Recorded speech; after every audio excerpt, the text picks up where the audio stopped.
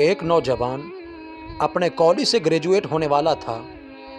पिछले कुछ महीनों से उसे करीब ही मौजूद एक गाड़ियों के शोरूम में मौजूद स्पोर्ट्स कार बहुत पसंद थी।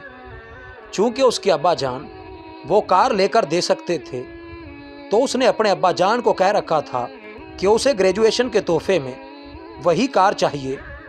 जैसे जैसे ग्रेजुएशन की तकरीब का दिन करीब आ रहा था, वैसे वैसे नौजवान का अपने तोहफे का इंतज़ार भी अपने उरूज पे जा रहा था। बिल आखिर तकरीब के दिन की सुबह को उसके अब्बा ने उसको अपने ख़ास मुताले के कमरे में बुलाया। उसके वालिद ने उसको बताया कि ऐसे ज़हीन और मेहनती बेटे के बाप होने पे उनको कितना फ़ख्र है, और ये भी कि वो उससे कितना प्यार करते हैं। फिर उन्होंने उसको एक गिलाब में लिपटा हुआ डिब्बा तोहफे में दिया। कुछ मायूसी और तजस्सुस के साथ उसने वो तोहफा खोला तो उसमें एक निहायत खूबसूरत चमड़े के दस्ते वाला कुरान शरीफ मौजूद था।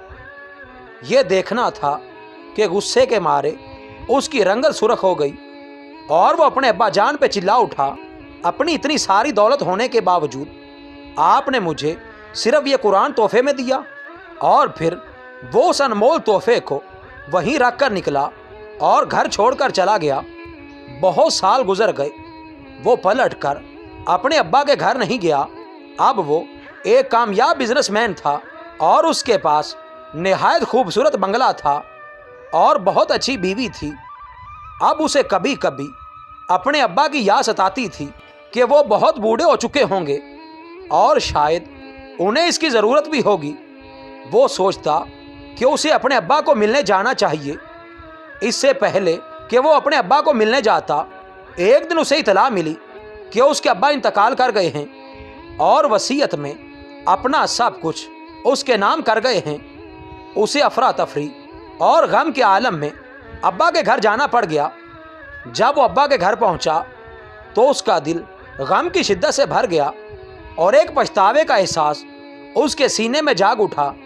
तदफीन से फरागत के बाद वो अपने अब्बा के ज़रूरी सामान का जायज़ा ले रहा था, तो तभी उसे वही तोहफे वाला कुरान वैसे ही बिल्कुल नई हालत में पड़ा हुआ मिला जैसा वो सालों पहले उसे छोड़कर गया था। आंखों में आंसुओं के साथ उसने कुरान शरीफ को खोला और उसके औराक पलटने लगा।